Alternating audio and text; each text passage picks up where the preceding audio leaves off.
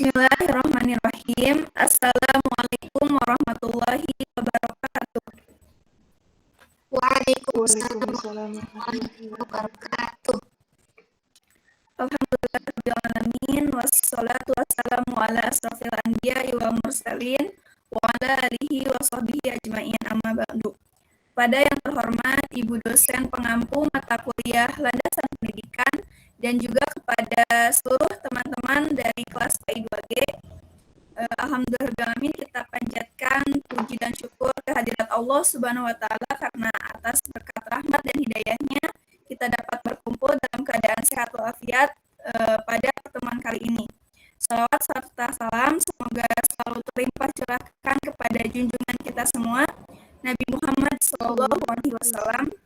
Semoga kita bisa mendapatkan syafaat beliau di yaumul akhir nanti. Amin. Nah, pada hari ini kami dari kelompok 7 akan mempresentasikan mengenai konsep dasar landasan manajemen pendidikan. Nah, adapun anggota kelompok 7 yaitu yang pertama Syawadisita, itu saya sendiri dengan NIM 1212020257, ada Firandra Yudinar dengan NIM 1212020269, dan juga ada Wanda Nurul Faidah dengan NIM 1212020271. Nah, untuk mengefisiensikan waktu, marilah kita mulai presentasinya. Nah, kepada pemateri yang pertama yaitu Firandra Yudinar, saya persilahkan. Baik, terima kasih kepada moderator yang telah mempersilahkan saya untuk memaparkan materi. Materi pertama ada pengertian landasan manajemen. Landasan menurut Kamus Besar Bahasa Indonesia itu artinya alas, bantalan, atau dasar tumpuan. Sedangkan manajemen memiliki berbagai macam arti. Dalam bahasa Inggris berasal dari kata to manage, yaitu sinonim to hand, mengurus, to control, memeriksa, to guide, memimpin. Kemudian ada dari bahasa Italia, managere, yang berarti melatih kuda sebagai pelatihnya. Kemudian dari bahasa Prancis, manage, berarti tindakan membimbing atau memimpin. Lalu ada dalam bahasa Latin, terdiri dari dua kata yaitu manus artinya tangan dan egere artinya melakukan atau melaksanakan. Sedangkan menurut Kamus Besar Bahasa Indonesia, penggunaan kata manajemen berarti penggunaan sumber daya secara efektif untuk mencapai sasaran, dan juga berarti pimpinan yang bertanggung jawab atas jalannya perusahaan dan organisasi. Manajemen secara terminologi berarti suatu tindakan perbuatan seseorang yang berhak menyuruh orang lain mengerjakan sesuatu, namun tanggung jawabnya tetap berada di tangan yang menyuruhnya. Lalu, makna dari landasan manajemen itu merupakan suatu usaha merencanakan, mengorganisir, mengarahkan, mengkoordinir, serta mengawasi kegiatan dalam suatu organisasi yang dijadikan acuan untuk mencapai tujuan yang efisien dan efektif. Materi yang selanjutnya yaitu manajemen sebagai landasan pendidikan. Dalam kaitannya dengan pendidikan, manajemen sebagai landasan pendidikan berarti proses kerjasama antara dua orang atau lebih dalam satuan organisasi pendidikan dengan mendayagunakan segala sumber daya manusia maupun sumber daya yang lainnya untuk menuju pencapaian tujuan pendidikan tertentu. Nah, hal tersebut mengisyaratkan bahwa dalam tata laksana kerja organisasi pendidikan sangat dibutuhkan sekali adanya sejumlah tenaga kerja atau yang dikenal dengan staf yang membidangi setiap bagian tugas yang berbeda. Dengan pemahaman seperti ini, maka rasa profesionalisme sangat dibutuhkan untuk menempatkan seseorang pada posisi tanggung jawab yang sesuai dengan keahlian yang dimilikinya. Tidak benar jika ada orang yang beranggapan yang mengatakan bahwa seseorang manajer dianggap luar biasa gitu jika ia melakukan sendiri segala sesuatu yang dianggap penting di tempat kerjanya. Nyatanya yang seperti ini tidak jarang gitu kita jumpai di berbagai tempat kerja. Padahal Sebenarnya hal itu menunjukkan kelemahan manajer tersebut karena tidak bisa mengorganisir sumber daya manusia yang dimilikinya. Cukup sekian pemaparan materi dari saya kembalikan kepada moderator. Baik, terima kasih kepada Firandra Yudinar yang sudah mempresentasikan materinya. Pemateri berikutnya yaitu Wanda Nurul Faidah. Kepadanya saya persilahkan. Baik, terima kasih pada moderator. Kali ini saya Wanda akan menjelaskan mengenai fungsi manajemen pendidikan. Nah, untuk menuju point education change atau perubahan pendidikan secara menyeluruh, maka manajemen pendidikan adalah hal yang harus diprioritaskan untuk kelangsungan pendidikan sehingga menghasilkan output yang diinginkan. Nah, manajemen dalam sebuah organisasi pada dasarnya itu dimaksudkan sebagai suatu proses atau aktivitas penentuan dan pencapaian tujuan organisasi melalui pelaksanaan fungsi dasar yaitu planning, organizing, actuating, leading, dan controlling dalam penggunaan sumber daya organisasi. Nah, karena itulah aplikasi manajemen organisasi hakikatnya adalah juga amal perbuatan SDM organisasi yang bersangkutan. Nah, kita bahas pertama mulai dari planning. Planning atau perencanaan adalah penentuan secara matang dan cerdas tentang apa yang akan dikerjakan di masa yang akan datang dalam rangka mencapai tujuan. Anderson dan Bowman itu mengatakan kalau misalnya perencanaan itu adalah proses mempersiapkan seperangkat keputusan bagi perbuatan di masa mendatang gitu. Jadi definisi ini mengisyaratkan bahwa perbuatan keputusan merupakan bagian dari perencanaan, namun proses perencanaan dapat juga terpikir setelah tujuan dan keputusan diambil. Kemudian yang kedua adalah organizing. Nah, organizing atau pengorganisasian adalah proses penentuan, pengelompokan, dan penyusunan macam-macam kegiatan yang diperlukan untuk mencapai tujuan penempatan orang-orang atau staf pada kegiatan-kegiatan ini. Nah, penyediaan faktor-faktor fisik yang cocok bagi lingkungan atau keperluan kerja, dan penunjukan hubungan wewenang yang didelegasikan terhadap setiap orang yang berhubungan dengan pelaksanaan setiap kegiatan yang diharapkan. Yang ketiga adalah actuating atau penggerakan.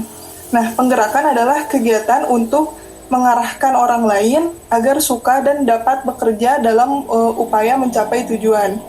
Nah, maksudnya ini memberikan penekanan tentang keharusan cara yang tepat digunakan untuk menggerakkan, yaitu dengan cara memotivasi atau memberi motif-motif bekerja kepada bawahannya agar mau dan senang melakukan segala aktivitas dalam rangka mencapai tujuan secara efektif dan efisien.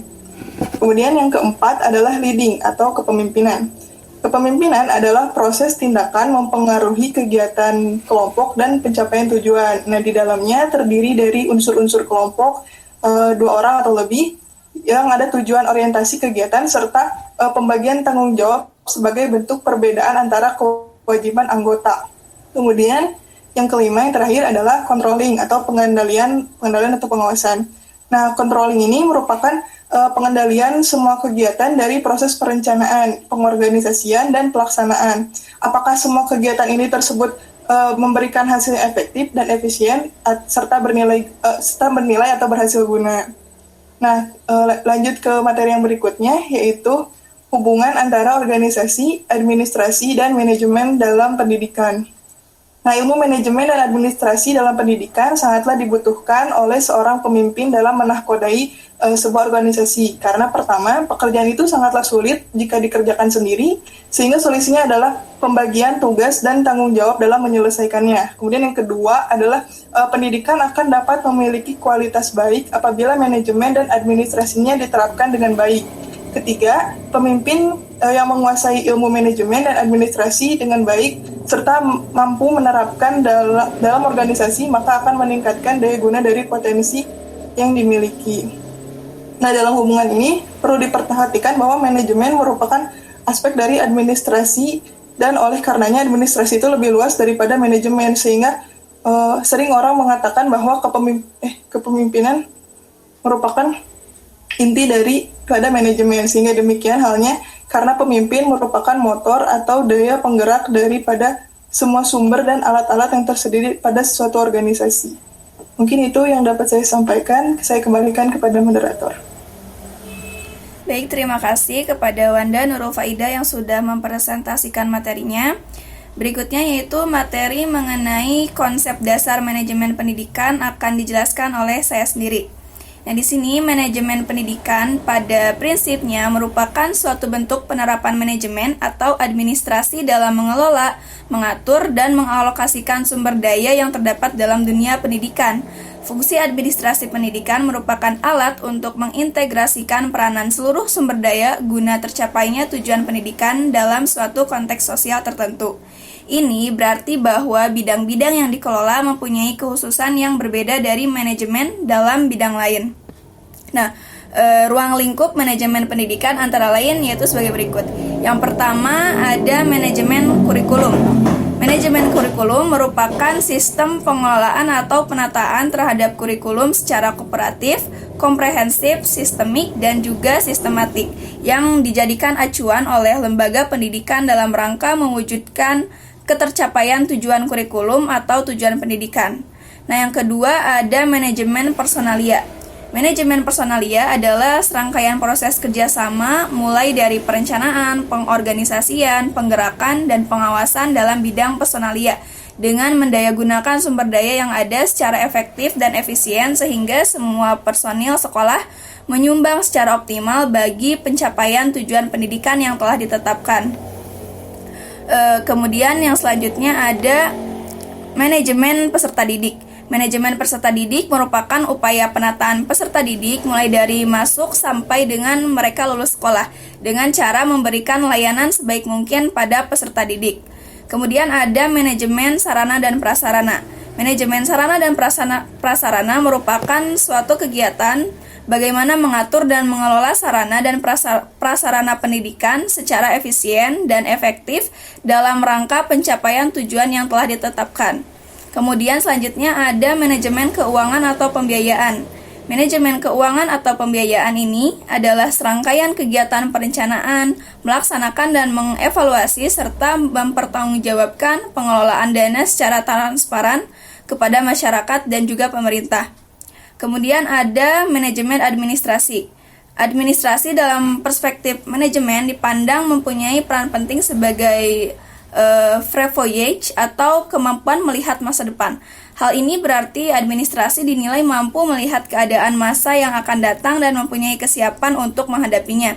Nah, wujud dari hubungan administrasi dengan manajemen pendidikan tampak pada aktivitas kepala sekolah sebagai pembuat keputusan dan penanggung jawab penuh atas keputusan atau kebijakan yang dibuatnya.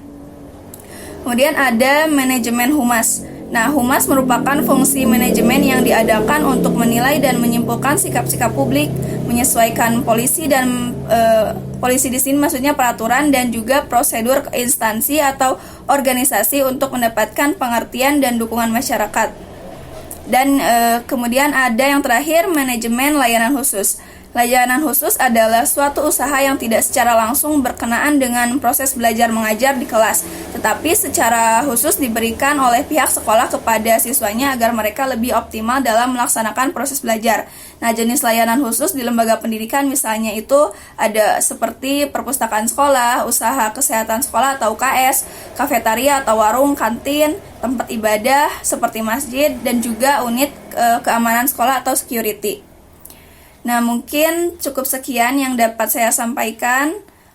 Mohon maaf apabila masih terdapat banyak kekurangan. Apabila teman-teman ada yang ingin bertanya, silahkan tuliskan pertanyaannya di kolom komentar. Terima kasih. Wassalamualaikum warahmatullahi wabarakatuh.